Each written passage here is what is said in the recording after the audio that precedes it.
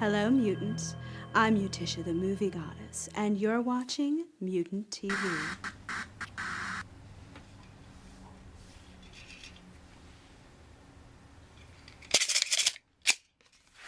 Don't worry, it's a fake. Welcome back, MVP. Streebo here with you again from mutantville.com. The Halloween season is in full effect. There's a sneak peek at my costume. It was a fake knife. Yeah, I know you were concerned about my left hand, but no need to worry. Though, where to go?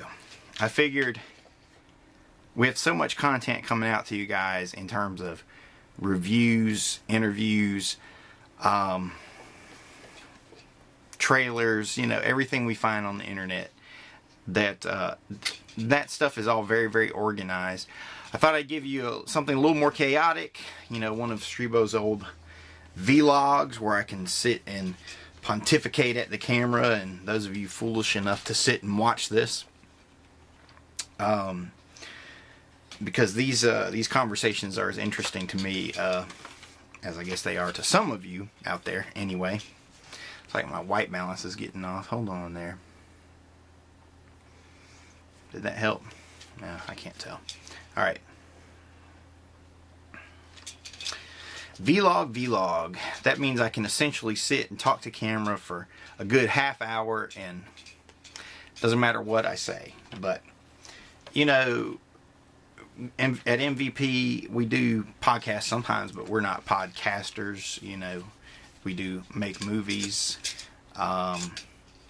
We do try to promote the local and national independent filmmaking community, especially the horror filmmakers out there. So I figured the perspective I can give you, there are already a lot of great podcasts out there, a lot of great video casts, a lot of great websites. So I figured the only perspective I can give you is that the one that's uniquely my own, which is that of being a person who makes movies, and specifically scary movies, or I try to make scary movies. Anyway, which brings me back to here, this dangerous little implement of destruction I have in my hand. Because despite the fact that I have the Thing shirt on it for this particular discussion, which, by the way, is, as you can read above, entitled Uncanny Horrors. And that's not whores as in Best Little Whorehouse in Texas. That's horrors, however you want to say it. We're cursed in the South where we can hardly say that word without people misunderstanding what we're saying. But in search of uncanny horrors, because I grew up in the 80s, which was predominantly the era of slashers. It's known now as the golden era of slashers. I was rarely allowed, I wasn't allowed to watch horror films as a kid, which meant I couldn't watch slasher films either. But because it was the era of the proliferation of slasher films, so to speak, whenever I was at a friend's house, they had cable or whatever, or if I was out trick-or-treating at somebody's house where they had cable and they're watching horror films, most of the time it was some kind of slasher film that was on. But not always. Sometimes it was something a little bit stranger, like The Thing. I wish I had seen The Thing as a kid. Are you kidding me? In 1982, I might have killed myself if I'd seen that movie then. It's just too much. Speaking of The Thing, just wanted to share video games. I always like to get a good, fun, horror-themed video game for Halloween, something that in between all the work I'm doing, which at the moment is doing final sound design for Ghost for our private cast and crew screening this Sunday. So in between that, I've got a copy of Alan Wake on the way. I scored the official survival guide on the cheap at the used bookstore yesterday when I went to see Paranormal Activity. So I'm pretty excited about that, because now I know I'll be able to enjoy that game to its fullest. And I took a long time in choosing which game to get. I ordered it off of Amazon, and I was trying to decide between Fear 3, which is written by Steve Niles and has input from John Carpenter, or he endorses it or sponsors it or whatever.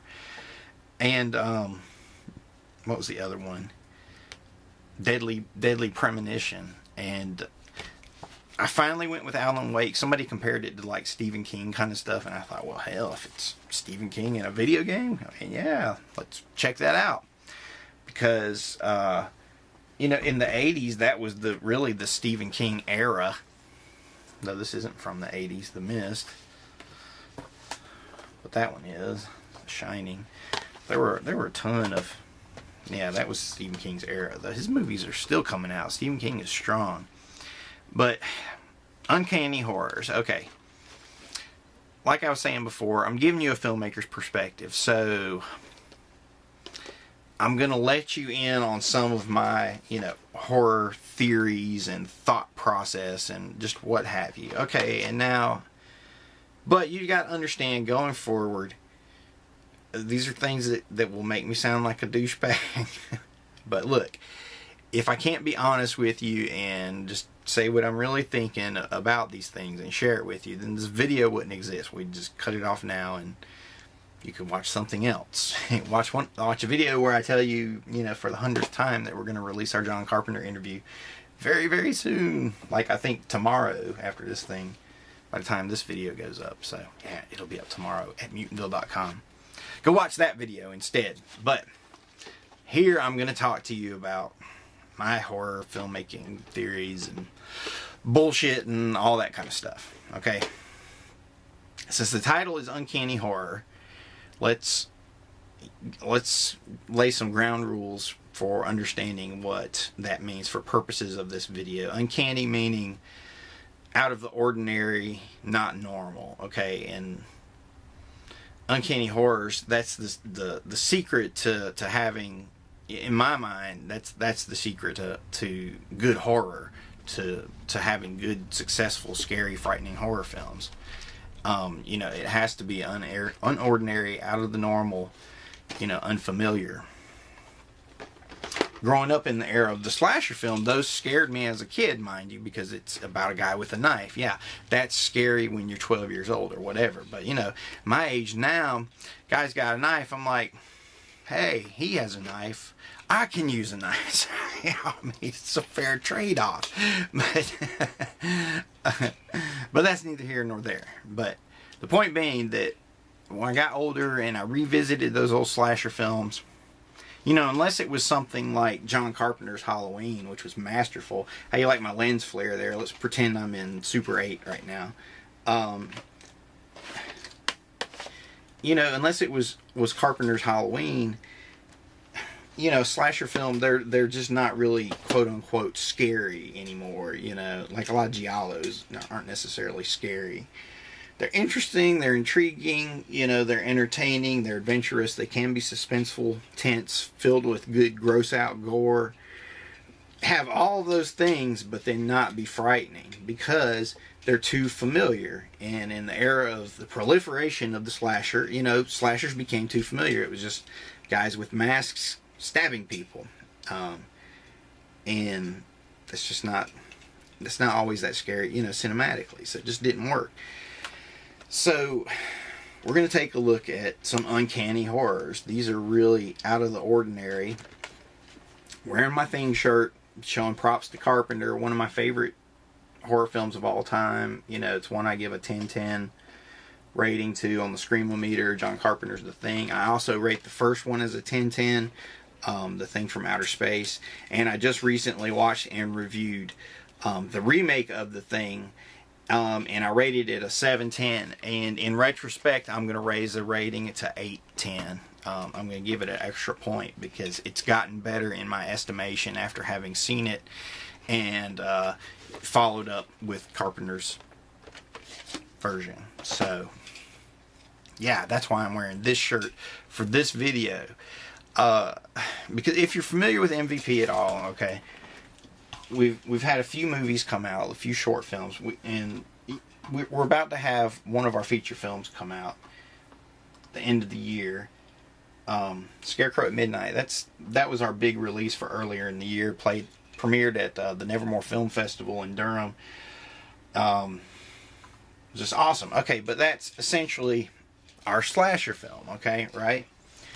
And then there was also Devil Comes Down, you know, the whole big saga behind that. I mean, there's a million videos about it here on YouTube, so I shouldn't have to go into it with you. But that's essentially boils down to being our zombie movie. So you have a slasher movie, a zombie movie. And with Ghost, a movie about a group of ghost hunters. So these are things you can just divide up into subgenres and little categories. And and as they come out and I watch them and I go, okay, here's what's good, here's what's bad. But always to me, with everything, it's got to be scarier. It's got to be scarier. It's got to be scarier.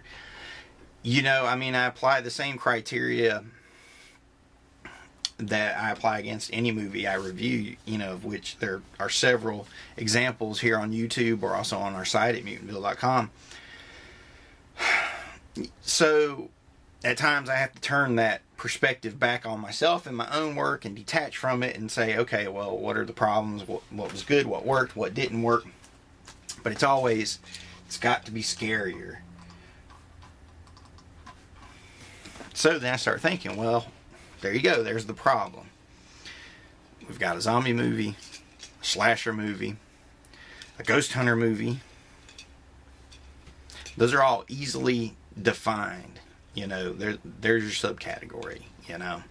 This leads in a bit to my conversation with John Carpenter, where I interviewed him at Fright Night Film Fest, which you will see in the exclusive interview. And I asked him about subgenres, and I said, what subgenre have you not worked in that you want to work in? You know, I mean, because he's got The Thing is his monster movie, alien monster movie, you know, Halloween's a slasher, Vampires is a vampire movie. I mean, obviously, I mean, those are clear demarcations, you know, different subgenres. And he says to me, you know, I don't know what you mean by that. What do you mean? It's all horror. And I said, yeah, right, it's all horror, but, well, I don't want to go into what I said to him, but anyway, I was thinking about what he said to me, and you know, in looking at my movies and trying to think of my new ones, which I've been working on, the Mothman Murders, the Metatron Files, and my superhero one, Diamond Age. But I just got to thinking, you know, I don't want those projects, I don't want Mothman Murders to fall into, you know, an easily definable category. You know, I always want my own work to be scarier. I want it to be better. I want it to be scarier. And so I say, well, what does that mean? That means I have to go after uncanny horrors. So that was about a 15-minute introduction to get you up to speed so you would know what I was talking about. Like just when I started this video wearing my Halloween mask, that was an uncanny way for me to do that. So perhaps it freaked somebody out. If you're a total wussy, yeah, but John Carpenter's The Thing. I love that artwork. That's really cool. I don't remember a different cover from that from the 80s. Perhaps there is one. I'm not a VHS guru. Okay, so let's give Stephen King his props, okay? Because a movie that makes... All right, well, we'll start here and go backwards. Okay, Stephen King's still doing his thing. Here's The Mist. Let me hold that still in case you... The Mist just came out. It's very Lovecraftian. You know, it's got people trapped inside the supermarket. There's mist outside. Mist is filled with monsters. Again, those are uncanny monsters out there. You know, King makes it work because you have all these characters inside that represent just different stages, the hierarchy of humanity. I mean, you've got the religious people, you've got the non-believers, you've got the easily swayed, you've got the military people, you've got just the regular family man. I mean, you have all these people, and they all battle it out inside and face against this uncanny horror. So there you go. This video, I mean, it's going to be one. You can take it or leave it. I'll consider it a cool Halloween video for you guys. You know, if for some reason you get bored of watching the John Carpenter one. But So I'm just going to ramble and we'll take it for what it is. But, yeah, so, you know, I'm trying to find the uncanny horror, you know, bring it back to my own work, you know, and probably one of the greatest uncanny horror films of all time. I've already showed it to you a couple times. The Shining. I mean, still today, you've got modern audiences. And I'll tell you how I qualify this. You know, fuck the fan community. I mean, you guys are all cool, mind you, when we're all talking, getting along, promoting each other. But the real litmus test is outside of the fan community, off the internet, out in the everyday world. You know, and in my workplace, I consider that part of the litmus test. So if people talk about horror there, when I don't start it and I don't have anything to do with it, they just spontaneously talk about it and I listen to what they say. There you go. That's the people speaking, and it's beyond just the small fan community, or the insular fan community even. So The Shining is a movie that still, even today, that just a month ago, my coworkers was talking about his sons wanted to watch The Shining, and he's telling them, you know, you might not want to watch this. It's a little too intense. They start watching it, and they're like, it's boring, and then they kept watching it until it got, you know, crazy, and then they got freaked out and they wanted to turn it off. So there you go, The Shining. You know, one of Kubrick's masterpieces, whether King liked it or not. Well, apparently he didn't like it, but yeah. And watching The Shining in Blu-ray is amazing. Okay, I'm gonna stick with Kubrick for a minute.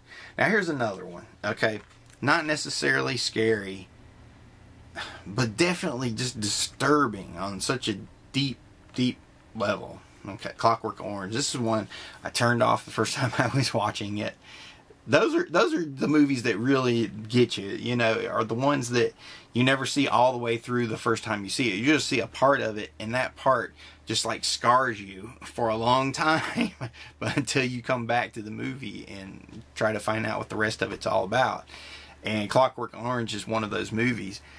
I mean, some people could argue that it has slasher elements, you know, but it's obviously falls more into the exploitation, you know, category, with a lot of rape and obviously the revenge elements, but there's a lot of political subtext at play in this. And then you have Malcolm McDowell giving the performance of his career as Alex, and you've got the Drews, the Korova Milk Bar, you got everything. You've got an uncanny universe. I mean, is it the future? Is it the past? Was it the 60s? Was it the 70s?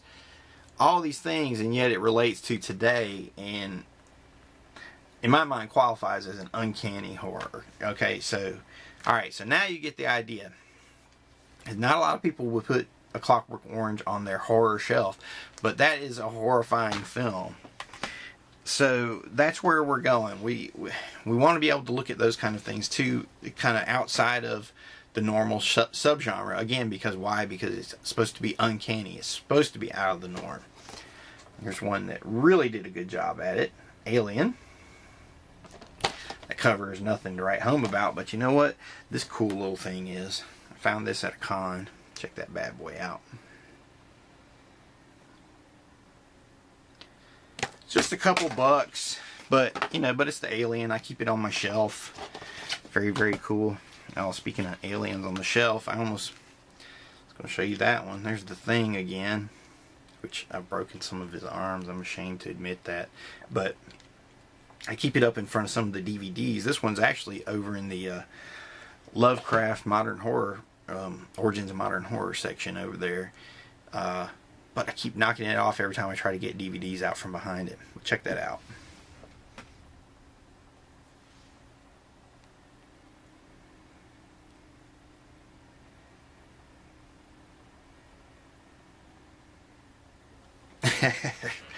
Pretty wicked. Uncanny horror again.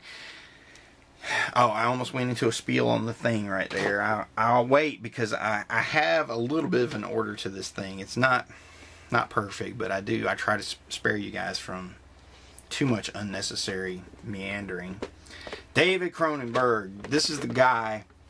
He was uncanny horror for so many years until he left the genre. He essentially left the genre, I guess, in 1999 or 2000, unless you consider Spider, which possibly, yeah, Spider could be an uncanny horror film too. But anyway, this is where he started. Shivers. It's my clamshell case. I love this baby. Has all the special features of the eventual DVD release, which didn't have a commentary track. Though one of my trading buddies online sent me a copy of, I guess it's the Canadian version of Shivers, and it has a commentary track, but it's not by Cronenberg. It's by some film guy.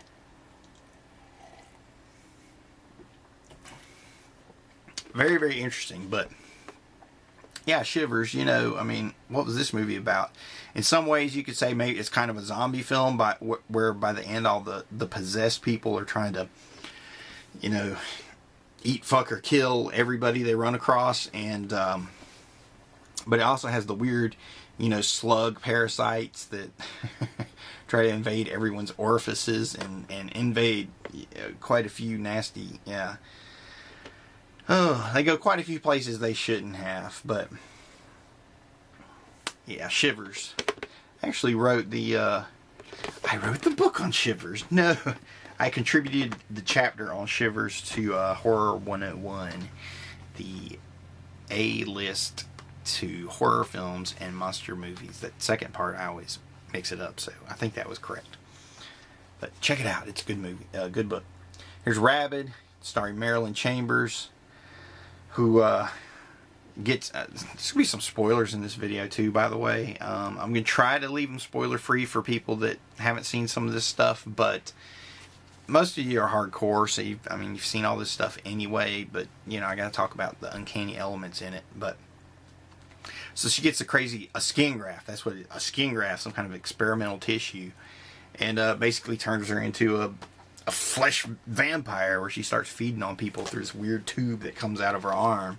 But there you go. Again, that's an uncanny horror. It's not just a vampire. You know, it's this weird whatever. And then you've got the people she drains turn into kind of mindless zombie drones that wander all through the town, just tearing everything up. Yeah, they're rabid, actually.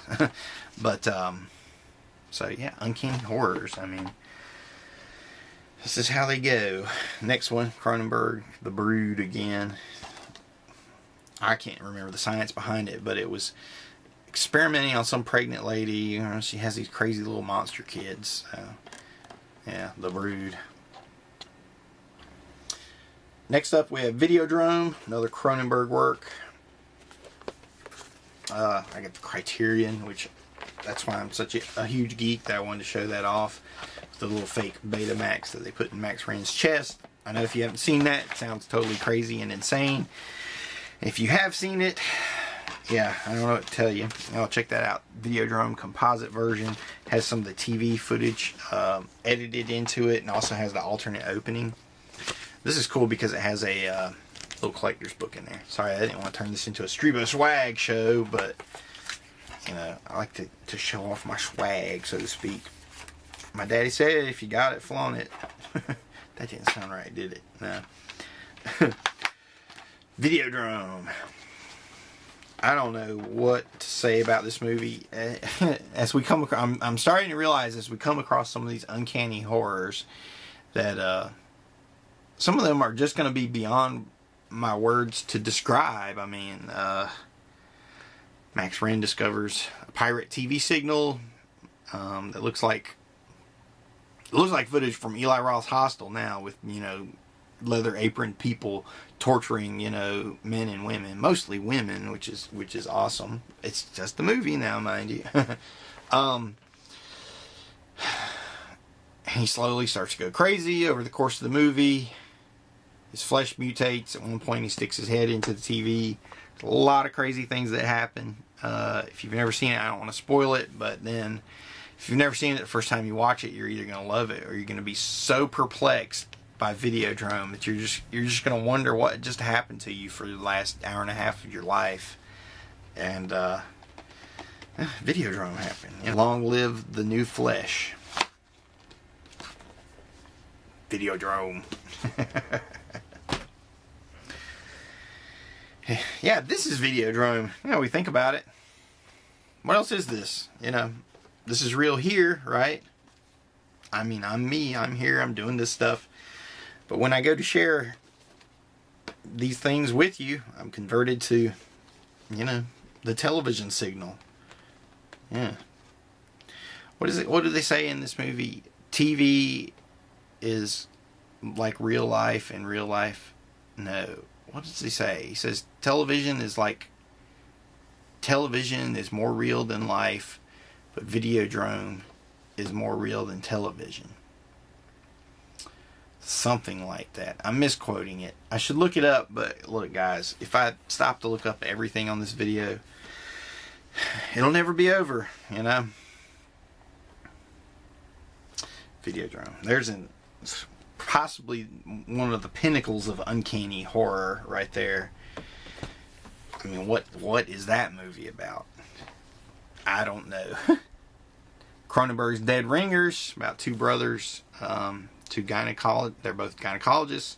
They fall in love with this mutant woman who has 3 uteruses, from what I understand. The gynecologists wield strange, disturbing weaponry that are actually called instruments for operating on mutant women. Yeah, closer to a thriller than an actual horror, but again qualifies as the uncanny horror. This is one of those movies that's going to reach across a lot of boundaries. There's confusion of identity. I mean, you can see it right there on the cover. All kinds of crazy stuff. Has some not necessarily gory moments like Cronenberg's earlier work, but it has some truly disturbing moments where things just don't seem right. Existenz, kind of like Videodrome 2.0, but not as good. It says on the back, David Cronenberg at his reality bending best, NBC TV. I don't know about that, but it is a pretty awesome movie. I mean, it bends around. There's realities within realities. Well, let me explain. If you haven't seen it, Existenz is a video game that when you play it and you go into that world. So once that happens, it's bizarre. The creator of Existenz, what's the lady's name? I think Allegra Geller, goes into it, and people that are trying to abolish the Existenz game because they think it's an affront to humanity, so to speak. They're trying to kill her, and they're trying to kill her inside the game. But then as they move from reality to reality in the game, there's this confusion as to what world was real and where the consequences happen and whatnot. So it's pretty messed up. Kind of rehashes some of the imagery from Videodrome, which is why I probably don't like it as much as Videodrome, but it's a much more coherent movie than Videodrome, and it's much more polished. Yeah, it says here on the cover, makes The Matrix look like Child's Play, which it might, maybe. Matrix is more entertaining, but Naked Lunch, this is probably the second crown jewel in Cronenberg's cinematic cap. It's not about the book. It's not the book Naked Lunch. It's more about the writing of the book of Naked Lunch, because it combines it combines the stories of William Burroughs' actual writing the book and where his life was at that time with things from the book. So it's kind of a strange mix and blend of reality. There are a lot of passages from the book itself just read aloud in the movie, so it works on a lot of levels. There's a lot of creepiness going on, a lot of strange things. Definitely uncanny horror. Scary? No, a lot of these aren't scary. They're just strange. They're disturbing. That's why I want to talk about it, because uncanny horror, you have to find the balance. You have to find the balance between being strange but still accessible enough to an audience, to a wider audience. I mean, you never want to try to pander to a large crowd, but there are times you want to cast your net out and catch as many fish as you can, and you do want to try to preach to the unconverted. You want to bring people in, and to do that, you have to, in some ways, you have to balance. You have to not be too strange or too, I wouldn't say self-indulgent, but that's probably the term a lot of people use, is self-indulgent. But then also, you ultimately have to be writing it for yourself, or drawing it, or shooting it, filming it, editing it, playing it for yourself, because you're the main audience, not, you know, the faceless masses out there. But you got to find that balance. So it has to be accessible to people. It's still got to be strange. It's all so much. It's in flux. It's bizarre, and that's the beauty of it, and the frustration of it all. Thing video game. I want to play this. I should play this. I haven't tried to play it in a while. I just never had a good chance. You can see I bought it ultra cheap, but it's supposed to be a follow-up to Carpenter's The Thing, so yeah, perhaps in keeping with the Thing motif that we have going on here. Oh, by the way, I've shown this shirt how many times? At least 3, and I've yet to say it's from FastCustomShirts.com, courtesy of T-Shirt Joe. So thanks, Joe. Check those guys out, FastCustomShirts.com. Okay, now I'm going to bounce into different filmmakers, some of their successes, some of their attempts, some of their failures. Like, aside from, where's my other copy of The Thing? Hold on. Alright, let me get into The Thing now, because I just showed you the video game copy of it. Alright, here's the VHS. I don't know where my DVD is at the moment, but it's essentially the same cover. So The Thing, this is the first in Carpenter's Apocalypse trilogy. Could be said to pull on Lovecraftian elements. The creature that's featured in it, it seems very, very much like a Shoggoth in nature. The way it can change shape, form, very powerful.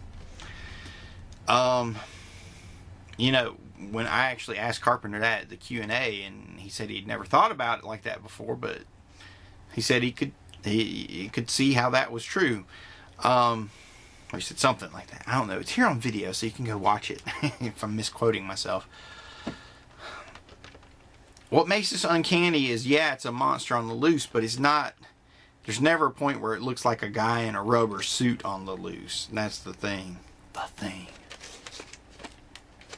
Every time you see it, it looks different. It's changing. It's becoming something else. It's sprouting heads, losing heads, growing legs, arms, eyes, feelers, tentacles, you know, teeth out of every orifice. Uncanny horror at its best. At its best. And this is one, you know, here is where, yeah, and I actually got to see The Thing in 35mm in the theater earlier this year when they played it at the Carolina Theater. And it was awesome. Still plays like a son of a bitch. The audience jumped, yelled, they were surprised, they laughed, they cheered, they screamed. Everything you'd want from a horror film. Yet when it came out, it was bashed, destroyed, critically, commercially, much like the 2011 version of The Thing. This whole video isn't supposed to be about trying to save the remake, but the prequel, because it's a prequel, it's not a remake, the 2011 version. This was the remake. It's a prequel to a remake. But I think people should go see the 2011 version. If you haven't seen it, I mean, go give it a chance. Though Carpenter fans are reacting to it strangely. Some feel threatened by it. Some feel it didn't live up to its predecessor. I mean, come on. You're talking about one of the greatest horror films of all time. And The Thing, I mean, yeah. You guys didn't make one of the greatest horror films of all time. Yeah, okay.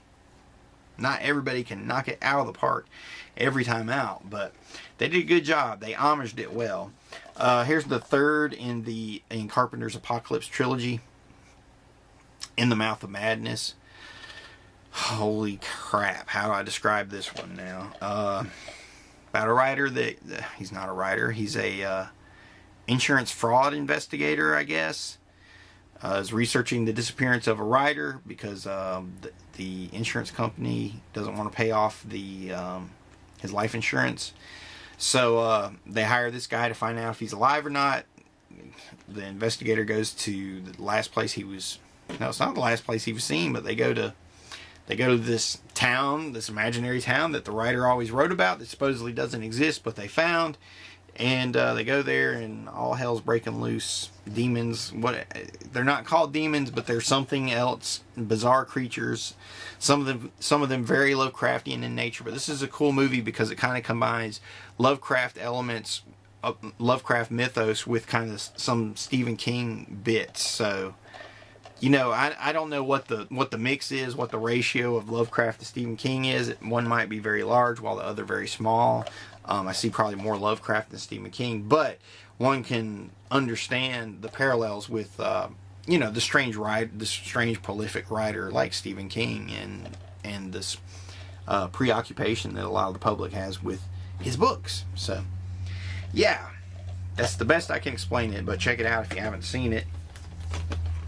Carpenter also did Cigarette Burns, and for Masters of Horror, which is kind of like In the Mouth of Madness Redux, though it's different, though, about this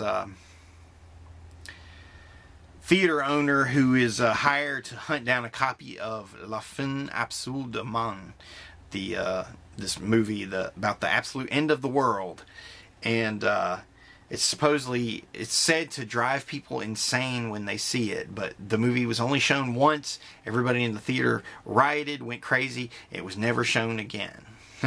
Pulled from distribution. So this guy's hired to find it, and of course, you know, the whole world goes apeshit, turns upside down as he goes to discover it. And that's one of my favorites, Cigarette Burns. I gotta watch that. See, this is why I like doing these videos where I talk to you guys, because even though you're not saying anything to me now, I know I'll get some good responses in the comments. And also, as I talk these things through, I go, oh wow, I didn't even think of that. I need to go watch that again.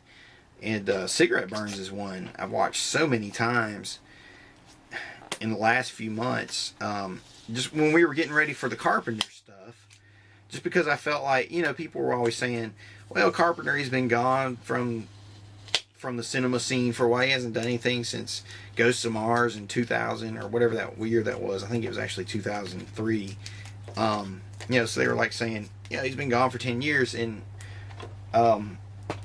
I was always trying to point out, well, what about Masters of Horror? I mean, 2005, 2006. I mean, Cigarette Burns that he did for the first series was awesome. Just because it's an hour long, you know, people don't consider it when thinking of best films of the year, but I actually ranked it up there at, you know, in the top 3. So, yeah, it was fantastic. And it's a great example of uncanny horror, about a movie that's about the end of the world. It supposedly causes the end of the world when you watch it. I mean, there you go. That's uncanny horror for you. What more do you need to know? Here's 7 Doors of Death. This is a cut version of Lucio Fulci's The Beyond, which I don't have. I don't know why I don't have The Beyond. I've seen it on shelves so many times. I just passed over it, didn't have the cash to get it whenever I ran into it, so just one I had to let go. But I was able to score this on the cheap, just a couple bucks. I figured, what the heck. It says it's the full-length feature film, fully restored and enhanced digitally, but I know it is cut in some ways. I don't remember the specific cuts, but very disturbing stuff. The Beyond, I don't know how the hell to describe The Beyond. About these doors to this other world that open beneath this hotel. All hell breaks loose. Zombies come through. People get possessed. Just strangeness. But it's an uncanny horror. Again, it's not a guy with a knife. It's not just zombies. I mean, if it was just zombies, you'd be like, yeah, well, I can shoot them in the head. I can barricade myself in. No big problem. I can fight off. Hell, if I had a machete, I could fight off an army of zombies. But yeah, when you've got these weird otherworldly zombies coming after you, and this bizarre beyond evil presence that's just possessing people, making strange things happen, performing, you know, evil miracles, it's beyond anything you can deal with. That's why it's called The Beyond, featuring one of the most chilling ending sequences in any horror film ever. Probably the best ending for a Lucio Fulci film, without doubt, in The Beyond. So, if you haven't seen that, check it out. If you have, hey, shout at me. Tell me what you think. Oh, hey, The Beyond. From The Beyond to From Beyond. Here we go. H.P. Lovecraft, based on the story of the same name, though I guess there's a lot of original elements put into it. I've actually never read the original story. Shame on me, though. I do have a copy of it. But directed by Stuart Gordon, written by same guy that wrote Reanimator, Dennis Paoli, that's his name. Horrible cover. I hate that cover. I like the old VHS cover that had Pretorius on the cover. That dude. Holy crap. What do you say about this movie, guys? From Beyond. Get my focus back. Pretorius builds a resonator that allows them to, I don't know, touch another world that lives all around us at a different frequency, vibration frequency. Builds this resonator where we can react. And when he does that, it draws the attention of something huge and monstrous from that side. And yeah, people go crazy. There's monsters, sex, perversion, pineal glands bursting from foreheads. And yeah, that is what I said. From Beyond. Another uncanny horror. Uncanny horror. That movie has some real disturbing elements in it. Another good one from Stuart Gordon, Dennis Paoli combination, Dagon. It's unjustly served by that cover. What a lame cover. God, I wish they put some decent artwork on it. Because it has so much great imagery in it, if you can see any of these.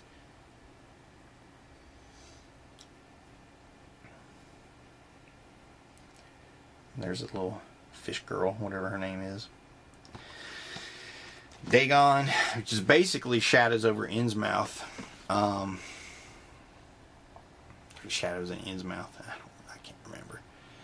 Guy stranded in the city of Imboca, Innsmouth, and finds out that the people that live there aren't quite people. They're a little bit more like this dude. And they've lived there for a long time, and whose progenitor is a huge underseas monster. This movie, it starts out like a simple, Robinson Crusoe, crash ship on an island. When he discovers these strange lizard snake people that are living there. It just goes from bad to worse when they realize that these people like to have foreigners, strangers around so that they can sacrifice them to their giant sea monster god. So, very, very terrifying. This is interesting because if I remember correctly, I didn't like this movie the first time I watched it. I just thought, man, this dude is a total wuss, this and that. I had to let myself go, watch it, go with it. Now I went back and rewatched it, knowing what was going to happen. Because it won me over by the end. Because there's a point where it just takes off and goes crazy. Like when they cut that dude's face and the girlfriend and everything that happens. I mean, that's an insane ride between those 2 points. I don't want to ruin that for anybody that hasn't seen it yet, but daggone, another guy trapped in a world of uncanny horror. Stuart Gordon was always good about that. I would even put Reanimator up here because yeah, they're like zombie movies, but it's something else. It's zombies plus. It's zombies plus the bizarre. I mean, all the things that happen in that movie, like the talking head. I mean, there's just so many things.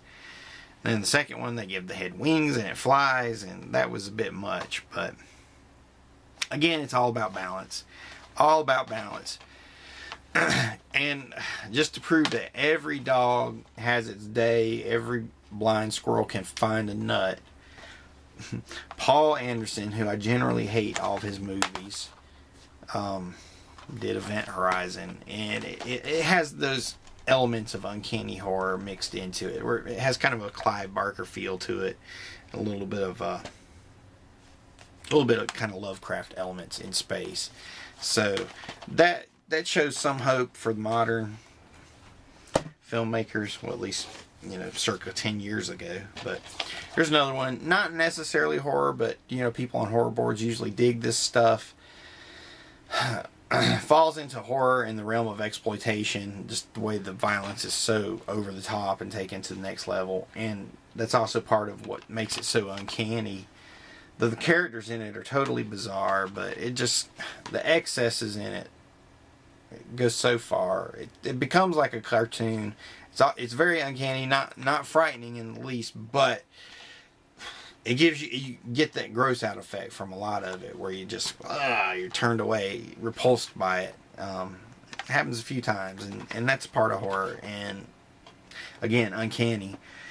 And I show these because I don't have the main one that I would want to show from Takashi Miike. I have Audition over there, but actually my personal favorite is Gozu. Now here's an imprint from Masters of Horror, the band episode, the one they refused to play on Showtime. And if you've seen it, that shot of the babies in the water, that's one of the most haunting and terrifying images I've ever seen. So again, with Uncanny Horror, it's not just about boo scares like with a slasher film, which has an entirely different rhythm to it. And something like The Thing takes a bit of that slasher steady, boo scare rhythm, but applies it through uncanny means, whereas something like Imprint does away with that rhythm, doesn't have anything to do with it, but just shows you uncanny things to terrify you and horrify you. So it's like which way you go. It's a balance. Everything's a balance. Okay, now aside from Cronenberg, the other guy I thought of the past that really brought Uncanny Horror about was Clive Barker. Bing! Here's a bootleg of Rawhead Rex. I wish we could get a DVD of it in the States, but alas, it's not to happen. I like the other cover of this better, where it's Rawhead Rex and he's like standing in the church doorways and stuff. That's a pretty creepy shot, and it has his head superimposed over it all. But that's the shot where he bursts out of the ground. It's very cool.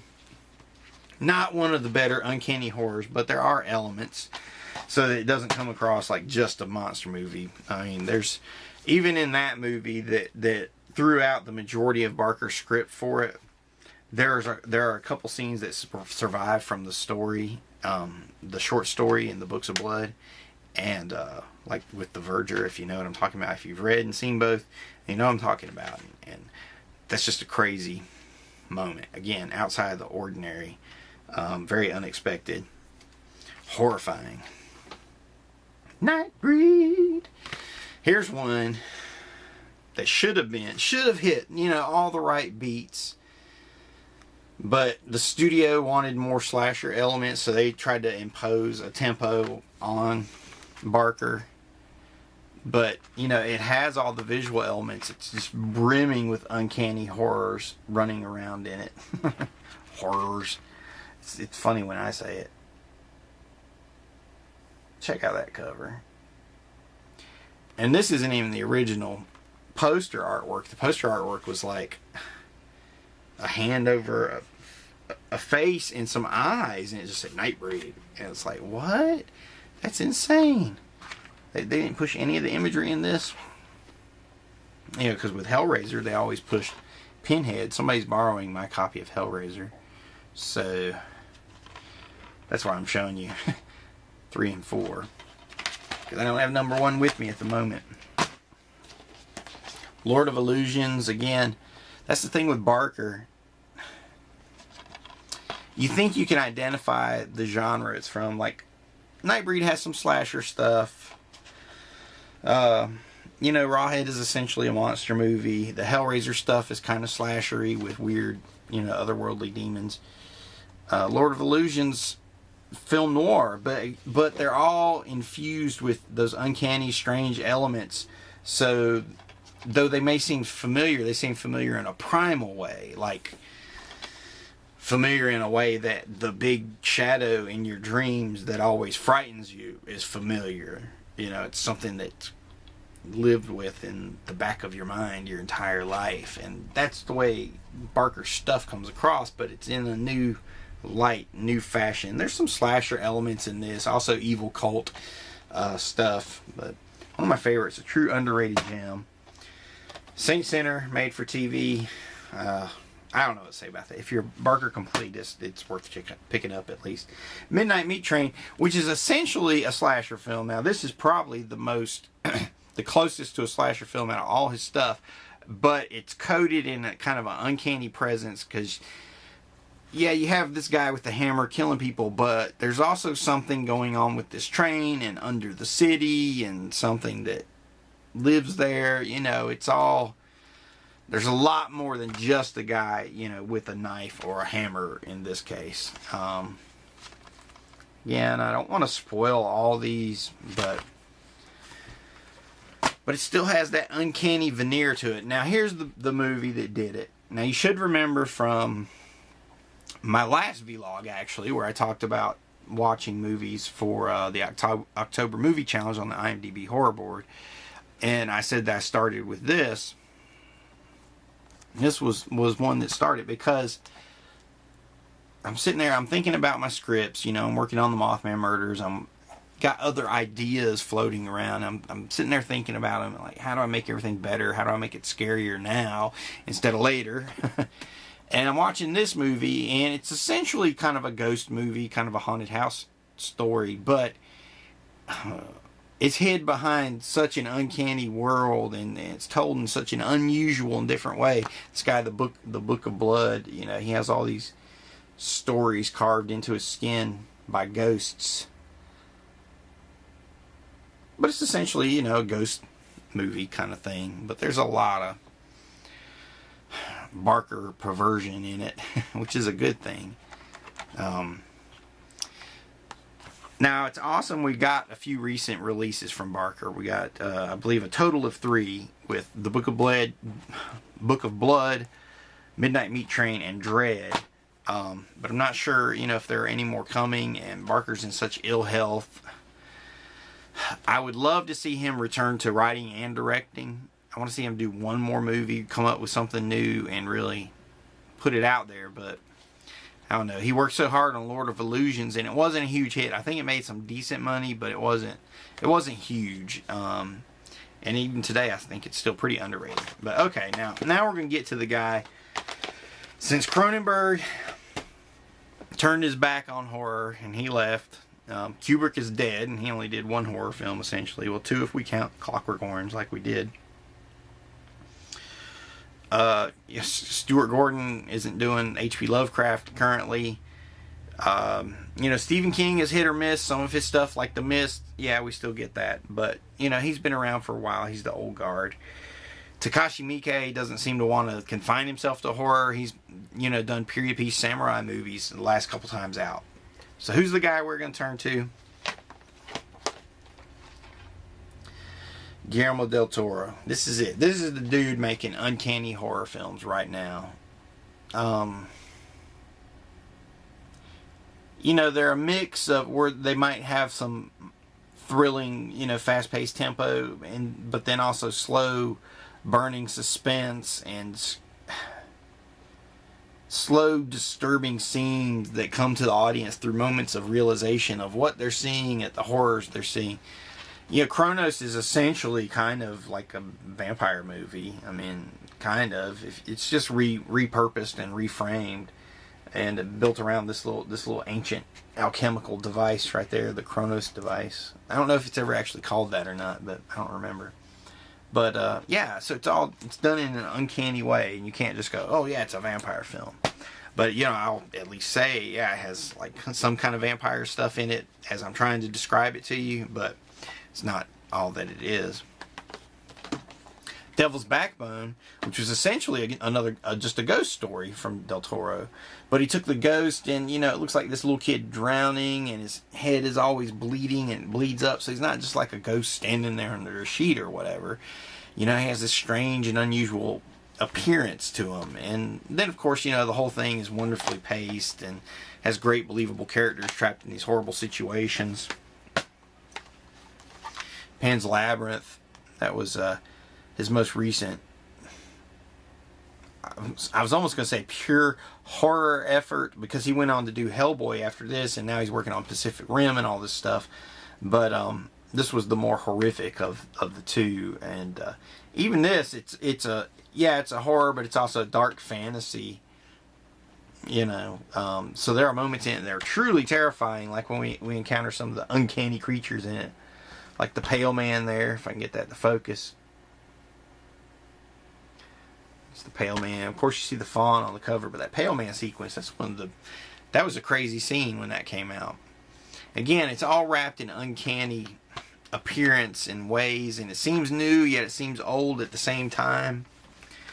And then here we have the most recent, the re-release, director's cut of Mimic. This was his first American horror film, financed by the studios, and he famously discredited it, disowned it, because they forced him to put in a scene where he explains what the creatures are. But I think he left it in the director's cut. I don't know. I need to. Yeah, it seems like it's still in there. Maybe he's just grown to like it. But I don't know. The movie seems better as the director's cut. I haven't gone, cut by cut comparison to the other version, but.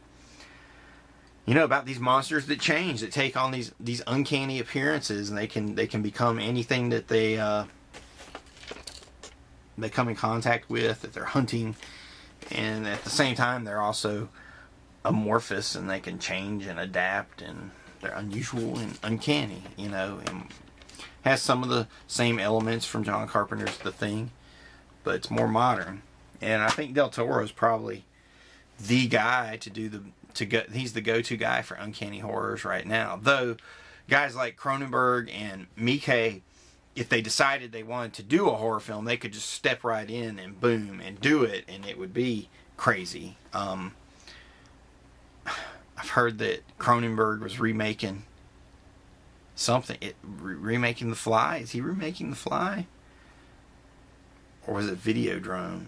No, I think it was The Fly. I don't know. It's hearsay now. I don't have a source I can quote at the moment, but yeah, would be happy to see him do another horror film again, put another one out there. So the whole point of showing you this stuff is not to show you my collection and say, oh, look how awesome this is, because I know there are plenty of people out there that have collections that dwarf mine many times over, but it's just to include you on the thought process of what I'm going through when I'm thinking, when I'm kind of in the conceptualizing and also the script stage, and also even later when I'm filming or editing or whatever. I'm trying to think of, how do I make things scarier? How do I make them more disturbing? How do I come up with something that hasn't been seen before that seems like it's from out of the norm? That's why I always say to people about independent filmmakers to not do horror comedies. That's why I say try to do a horror film, try to make something scary, because it's so hard to do. Because I want more of us out there that are trying to make something, to try to reach people at a primal level, to try to bring something uncanny into the world that'll frighten, disturb, scare people, what have you. Hopefully all of the above. We need more of us out there trying that, or else it's not going to happen. It's not going to happen. We're never going to have another Night of the Living Dead. We're never going to have another Texas Chainsaw Massacre. We're never going to have another Nightmare on Elm Street. We're never going to have another Halloween. We'll never have another Thing. We'll never have another Videodrome, another Mimic, on and on and on and on. It's just up to us outside of Hollywood to come up with something cool. Come up with that next big thing somehow. I don't know. Those are the things I think about. The conclusion being, I'm probably going to go watch some of these. I set a few to the side. The Thing. Set the video game to the side. I was thinking Existenz. I haven't checked that out in a while. And even Naked Lunch. So maybe Existenz. But I tell you what, man. Either From Beyond or Mimic or Dagon. Yeah, just any one of those. That's like the level I want to operate at. But then, as an independent filmmaker, you go, well, you can't have monsteramas. You have to be smart about that, because you don't have endless resources to make all these creatures and stuff, so and even then, just thinking of creatures doesn't mean you can create something uncanny. I mean, everything's been seen before, all varieties of tentacles and monsters with eyes and mandibles like Predator, or Alien, that used its little little thing that shot out of its mouth, whatever that was. Just an extra set of jaws. But all those things were uncanny. You can come up with something new, and the only way to do that is just kind of absorb everything that's out there as much as possible, and get guidance from peers, fellow fans, fellow storytellers, writers, filmmakers, comic book artists, psychic voyagers, what have you. We all got to help each other out. So, Uncanny Horrors. That is my dilemma. Cigarette burns. That's the one. I want to go put cigarette burns in. Yeah, John Carpenter. Speaking of which, John Carpenter. Did I mention anything about that? I guess that video is coming out tomorrow. But you have to go to mutantville.com if you want to see it. Don't worry, it's free. We might make you sign up for the newsletter to watch it. Maybe not. I don't know. We decide some of these things at the very last minute. But it's been a cool Halloween. Thanks for watching. I've reviewed a lot of fun films for you. I think we had a pretty good series of horror films released for the season. It's unfortunate that none of them took off. Only Paranormal Activity. But I'm looking forward to going and seeing The Thing again. So I think that's the best uncanny horror out in the theaters right now. Even though it's a prequel to a remake. It's derivative of Carpenter's work. They did a good job. They honored it. They came up with some really freaky stuff in it. I really dug it. Want to see it again. But I'll see you next time at the exclusive cast and crew screening of Ghost this Sunday. Happy Halloween, everybody. Oh yeah, and Saturday night I will be at the Myers House NC 3rd Annual Halloween Bash. If I could say that all together without my tongue falling out of my mouth. Where they're going to play our film, Scarecrow at Midnight, along with Michael Sharp's Devling, and also, there's Scarecrow at Midnight, ta-da, cheap plug for me, also Michael Sharp's Devling, then Halloween 4, and then Night of the Demons. So, it's going to be really cool. Good times. I'll be there, maybe selling screeners. We'll have Sawbones on hand so people can take pictures with him. Good times all around. Screening on Sunday. Now, who knows? Halloween, who knows what it'll bring. We're going to let our hair down, howl at the moon. Yep. Every night I turn into a wolf. You and about a million other guys, pal. It's my butchered rendition of a line from Abbott and Costello Meet Frankenstein. Another good family-oriented film. Which at the time had some good horrors in it. So anyway, good times. Good Halloween. Oh, check out Exploited Cinema. Next episode, I'm going to be on it on the 30th where we talk hard rock horror. Anyway, this is Strebo. Find me at mutantville.com. Thanks for listening to me. I love you all. See ya.